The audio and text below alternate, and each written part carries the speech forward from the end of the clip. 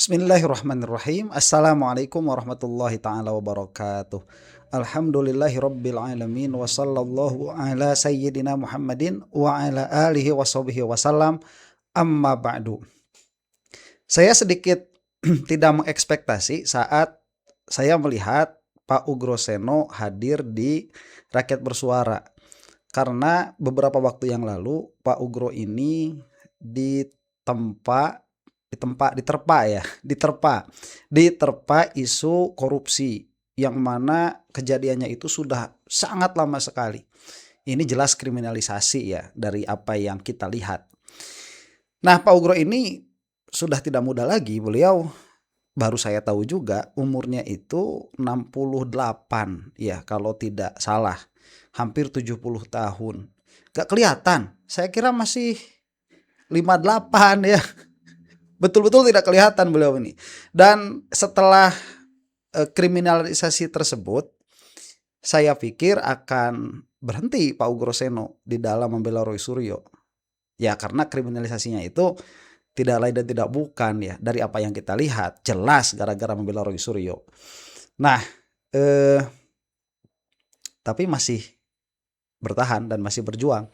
Nah itu adalah mental ya seseorang yang memang melihat bahwa apa-apa yang dilakukannya itu merupakan sebuah keharusan dari rusaknya tata kelola negara ini, terutama di dalam sistem hukum. Jadi banyaknya yang korupsi, kemudian hukum tegak, itu rusak negara tuh. Apalagi ini banyak yang korupsi, hukum tidak tegak. Waduh, atau hukumnya itu tajam ke bawah, termul ke atas. Baik ya, kita akan saksikan nih merupakan closing statement dari acara Rakyat Bersuara. Segmen-segmen yang lain insya Allah akan kita cicil beberapa waktu yang akan datang. Sekarang kita saksikan dulu Pak Ugro Seno ya. Mari kita simak. Kembali di Rakyat Bersuara pada sesi closing statement. Saya tawarkan pertama kali, tentu di sini ada Wakapolri pada zamannya, Pak Komisaris Jenderal Polisi Purnawirawan Ugro Seno. Silakan Pak Ugro, saya beri kesempatan pertama. Terima kasih. Jadi saya juga sedang bisa ketemu sama Pak Rismon lagi nih. Udah lama gak ketemu ya. Jadi Mas Aiman, rekan-rekan sekalian, pada saat di kejaksaan juga ditawarkan RC juga kepada Mas Roy sama Dr. Tifa. Berarti kalau ditawarkan pasal 32 dan 35 tidak dianggap tidak ada. Ya. Undang-undang ITE ya. Kemudian di pengadilan waktu Dr. Tifa juga sama ditawarkan ya Pak Alkitri untuk RC juga. Berarti sama seperti kalau kita konsisten. Ya kan?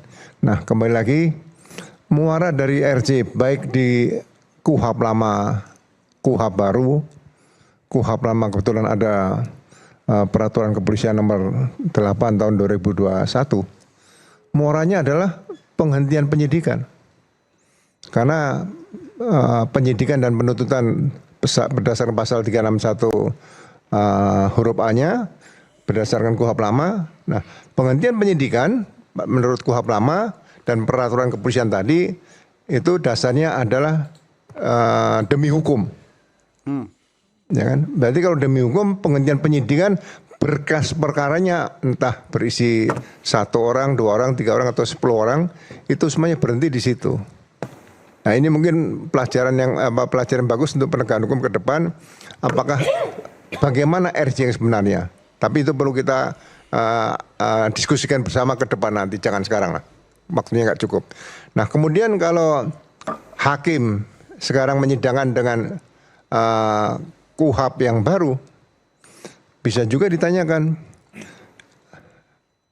surat perintah penghentian penyidikan 3 orang tadi untuk melengkapi KUHP yang baru pasal 79 itu perlu dimintakan penetapan pengadilan dulu supaya sah atau tidak. Nah ini menarik ya. Kalau nanti apakah melebihi 10 hari ini masih bisa dimintakan penetapan pengadilan saat SP3 diterbitkan tadi? Harusnya 3 hari. Ya, 7 hari plus 3 karena RC kan waktunya 10 hari pasal 79. Kalau menurut KUHP baru ya. Jadi bagi saya ya inilah hukum di Indonesia ke depan nanti ya. Mudah-mudahan apa yang dijadikan proses dalam sidang berkas perkara sudah mulai berjalan yang Dr. Tifa dan Mas Roy masih di pra peradilan. Nanti pada saat moralnya akan ketemu hal-hal yang sangat menarik untuk perkembangan hukum kita ke depan nantinya. Oke. Ya, itu Dan ini saja. akan dibahas nanti di persidangan pasti Pak Ugro ya. Oke, kita berikan tangan Pak Ugro. Prof. Herdi. Baik, sebentar, saya kira akan lama ya Pak Ugro berbicaranya. Ternyata sebentar. Hanya saja yang ditekankan memang mengenai tadi carut marutnya hukum, tidak ada konsistensi. Apabila sedari penyidikan itu sudah ada tawaran restoratif justice, berarti tidak ada delik murni, karena delik murni tidak bisa restoratif justice. Dan apabila yang didakwakan kepada Dr. Tifa dalam hal ini ya, itu memang ada delik murninya, kenapa juga sudah masuk persidangan ada tawaran dari hakim untuk restoratif justice. Jadi ini sudah kacau semua. Saya tidak tahu ya, ini permasalahan awalnya di mana? Apa dari rekrutmen aparatur penegak hukum ya, termasuk di dalamnya hakim, atau problemnya itu bukan pada rekrutmen tetapi setelah mereka jadi ya, banyak tekanan politik, kemudian ancaman-ancaman yang mengancam nyawa, yang mana seharusnya mereka itu tahan mental ya, tidak lembek seperti itu. Saya tidak mengerti di mana letak permasalahan utamanya kalau harus dirunut ya. Ya mungkin keduanya mungkin ya. Dari mulai rekrutmen itu sudah tidak berkualitas, kemudian masuk ke dalam realita yang ada di lapangan, ya banyak korup. Sebagaimana kita ketahui lah. Baik, kita lanjut kepada narasumber yang berikutnya. Saya berikan kesempatan, silakan. Langsung Prof. Langsung. Ya. Oke. Di antara perdebatan terkait masalah ini, Fendi. apakah penghinaan, fitnah atau mengubah data atau informasi elektronik, sebetulnya proses pengujian kebenaran itu ada di pengadilan. Mari kita tunggu saja Ya, proses peradilan, baik Dr. Tifa maupun Mas Roy Suryo, supaya segera kita mendapatkan satu putusan yang mudah-mudahan bisa diterima oleh sebuah pihak. Suka atau tidak suka tentu Rex judicata peritate pro habetur. Putusan pengadilan dianggap benar sampai ada putusan yang membatalkan. Oke, baik. Silakan Pak Aduh, Didit. sebentar ya, itu putusan pengadilan dianggap benar sampai ada yang membatalkan, yaitu pengadilan yang lebih tinggi, itu berlaku untuk para penegak hukum. Tidak berlaku untuk opini di masyarakat. Masa sudah jelas-jelas hakim itu salah di dalam memberi putusan, kita harus manut iya benar? Nggak ada seperti itu. Hanya saja tidak boleh dilawan, baik oleh terpidana nantinya begitu ya. Oleh terpidana tidak boleh dilawan, oleh jaksa tidak boleh dilawan. Dalam pengertian tidak boleh dilawan kecuali dengan prosedur yang sudah ada, yaitu mengajukan ke tahap pengadilan yang selanjutnya atau yang lebih tinggi. Begitu. Itu bukan doktrin yang harus diberikan di ruang publik ya, Effendi. Tukang sol sepatu mau benerin jam. Gimana ini? Itu bukan sesuatu yang bisa dikeluarkan di hadapan publik. Di hadapan publik itu kita melihat perkara seutuhnya, itu narasi publik. Makanya publik ini adalah salah satu pilar demokrasi. Untuk menjaga pilar-pilar demokrasi yang lain, termasuk di dalamnya adalah pilar hukum. Begitu ya. Nah sekarang apabila keputusan hakim itu selalu dianggap benar oleh semua kalangan masyarakat, bagaimana dalam keadaan misalkan hakim itu korup? Apa kita mau menundukkan akal sehat kita ikut-ikutan yang korup itu jadi benar? Ya kan nggak bisa. Nah makanya kemarin putusan hakim, iya diterima oleh Mas Roy Suryo, diterima oleh tim hukumnya, diterima itu dengan apa? Tidak memberontak kepada sistem hukum yang ada, mengikuti sistem hukum yang ada. Tetapi dari ranah pemikiran sudah jelas berkhianat hakim kemarin itu, salah. Ya, kita lanjutkan. Baik, terima kasih. Pertama, saya ingin sampaikan apabila kita memahami hukum, kita harus tahu ada azas legalitas. Azas legalitas itu tidak mengatur hanya tiada penghukuman kalau tidak ada aturan yang melarang, tetapi tiada pidana tanpa perbuatan. Nah, di sini harus dipahami untuk pasal 32 ayat 1 dan 35. Kenapa tidak ada saksi-saksi yang melihat bisa diminta sebagai bukti permulaan melihat Mas Roy atau Dr. Tifa melakukan hal-hal pelanggaran untuk pasal 32 ayat 1 dan 35. Kenapa? Karena tiada perbuatan sebenarnya. Jadi tidak ada saksi yang menjadi bukti permulaan. Itu yang pertama. Yang kedua, menyikapi kemarin putusan kita tidak boleh langgar, kita boleh komplain, kita terima, kita hargai. Seperti tadi Prof bilang, res judicata pro veritate habitur.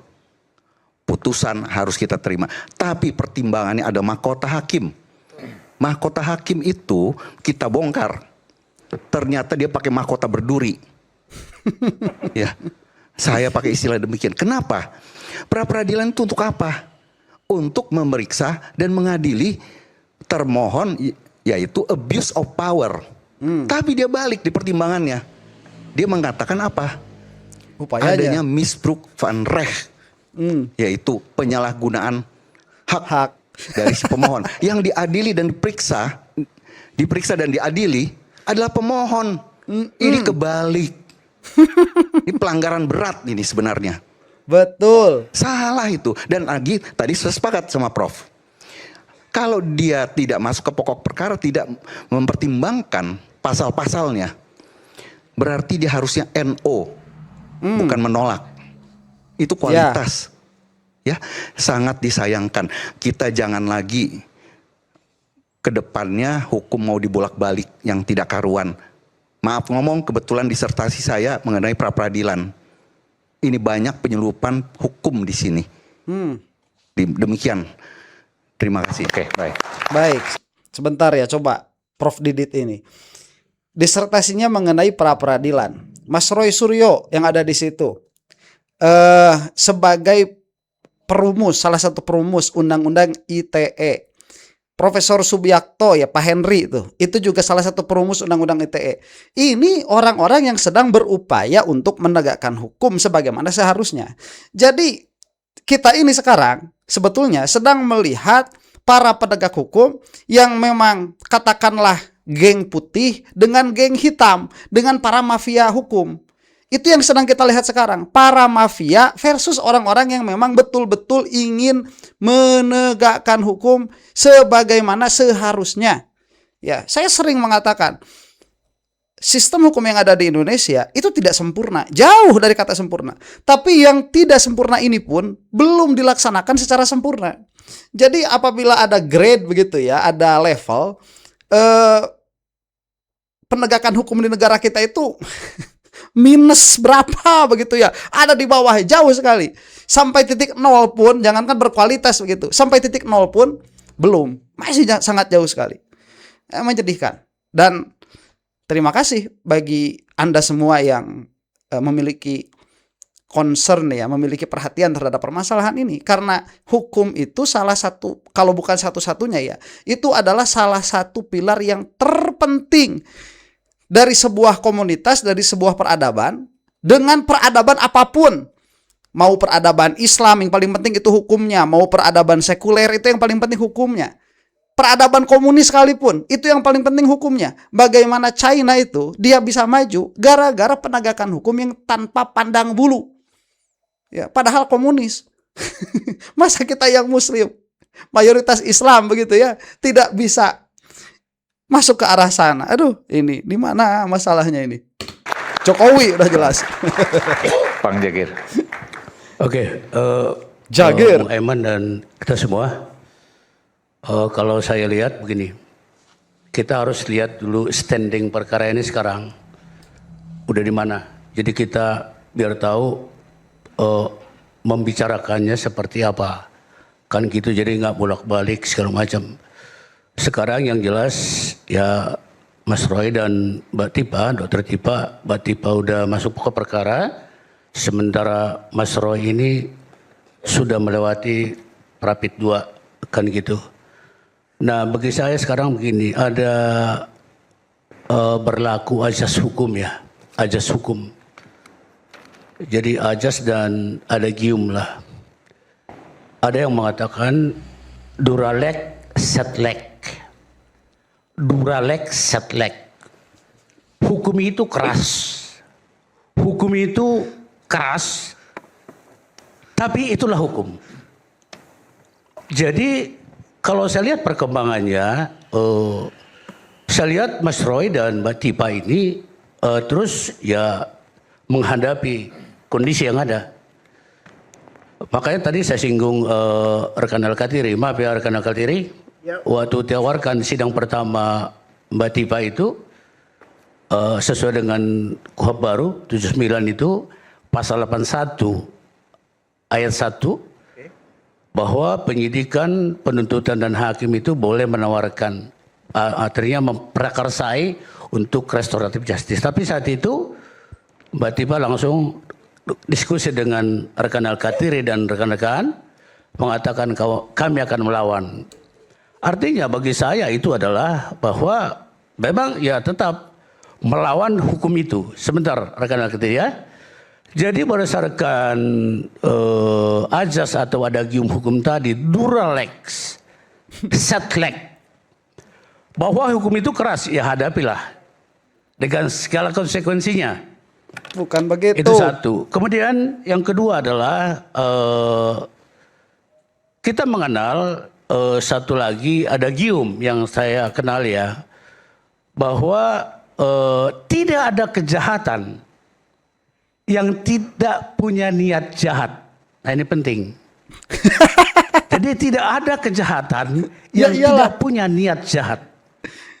Nah oleh sebab itu, jika ini sudah, kalau kita kembalikan proses penyidikan, bahkan sampai udah penuntutan sekarang ini, itu menurut saya itu proses yang sudah melewati pemeriksaan yang benar-benar sudah melewati prosedur yang normal.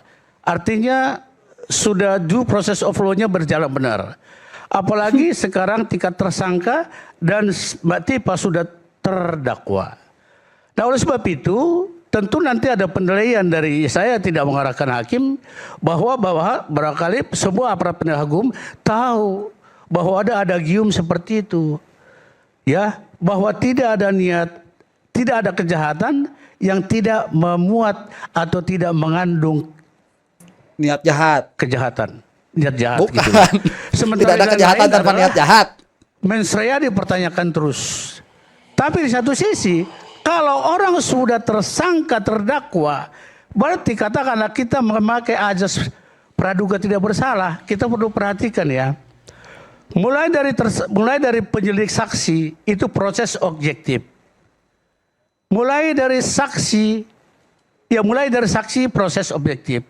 Mulai dari tersangka proses tapi sebagai tersangka. Mulai terdakwa itu prosesnya tapi sudah terdakwa. Artinya sudah benar-benar hampir dinyatakan bersalah. Begitu nanti terpidana, proses azas duga tidak bersalah itu tidak ada lagi. Sudah Iya, kalau sudah terpidana. Gitu. Oleh sebab itu tadi saya katakan azas itu sekarang kita harus hati-hati menelitinya. Ya saya dan Mbak Hani mengamati saja. Ya, kenapa waktu Rismon itu memilih katakanlah jalan untuk restoratif justice. Tadi disinggung sama Dr. Refli Harun mengatakan bahwa RJ-nya itu batal gitu loh. Jadi saya katakan begini loh. Sebenarnya gampang menjawabnya. Kalau batal ya udah batal, tapi nyatanya enggak gitu loh. Kebetulan saya jawab ya karena korup. Dr. Refli Harun. Tentu dari proses itu berdasarkan tadi disinggung oleh Pak Ugroseno adalah Perkap 8 2021. Itu ada syarat material dan formil dan material. Formilnya sudah memaafkan. Kemudian materialnya dia tidak pernah terpidana atau tidak pernah tersangkut pidana. Oleh sebab itu selesailah restoratif justice itu. Jadi kalau dikatakan sekarang kita mengatakan bahwa Rizwan ini sudah menjalani bahkan sudah merecovery atau meretraction atau mengcorrection bukunya itu, bukan itu syarat utama untuk RJ. Bukan. Boleh saya katakan karena saya penasihat hukumnya tidak semata-mata berhubungan ke situ. Tapi benar-benar kesadaran dia pribadi, kesadaran dia secara hati nurani mengatakan diskusi dengan saya. Bagaimana kalau mengajukan RJ? Jadi sama sekali tidak ada dihubungkan dengan faktor-faktor lain ya. Saya kuasa hukumnya mengatakan ini harus ya percaya atau tidak, saya nggak ada unsur paksaan kepada kita semua. Nggak ada itu. Tapi benar-benar sesudah dia mengintrospeksi diri sendiri, wah saatnya saya mengajukan RJ. Diskusi dengan saya, kemudian ketika proses di Polda Metro Jaya. Saya pikir begitu dari saya ya. Oke. Aduh, ini kemana arahnya omongan Jagir itu? Dia memulai dengan Duralex, Setlex ya, mulai dengan itu. Sebuah adagium, yaitu tidak ada kejahatan tanpa niat jahat. Kemudian dia memakai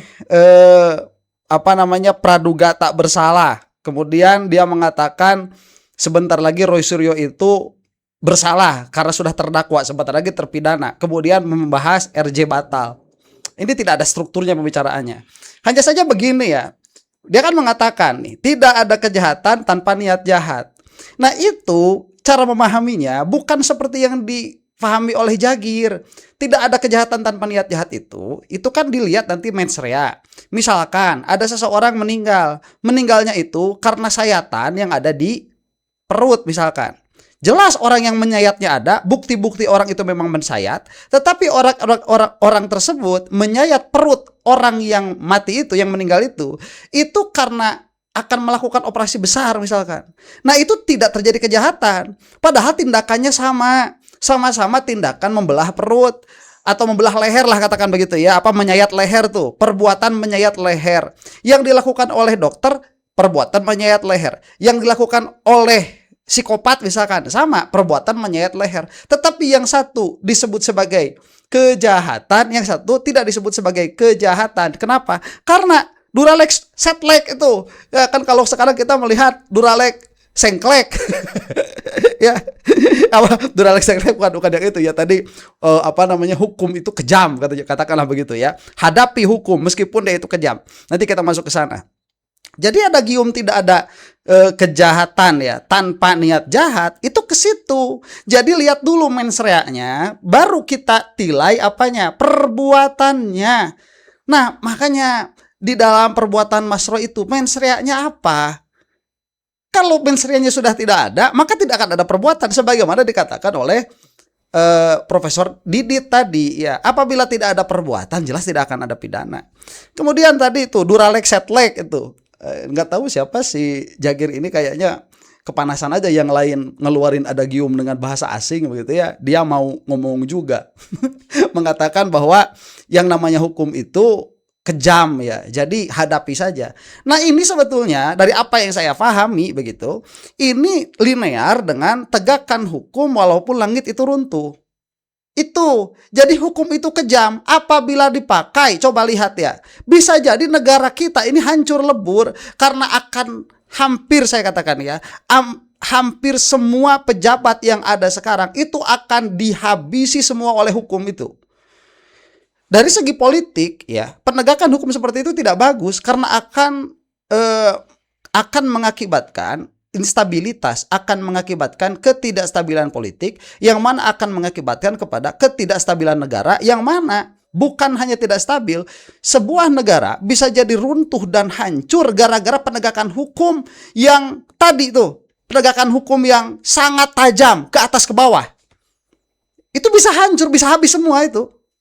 Ya, bisa hancur negara kita. Jadi negara kita itu bisa hancur dengan dua perkara begitu ya. Bisa hancur karena penegakan hukum yang tidak tegak, atau dengan penegakan hukum yang tanpa pandang bulu. Bayangkan nanti Jokowi bakal masuk penjara, Prabowo jelas bakal masuk penjara itu. Kemudian para menteri-menterinya tuh jelas akan masuk penjara. Polisi-polisinya jelas akan masuk penjara. Terus bagaimana keadaan kita ini? Akan rusak, tetapi itu menjadi great reset.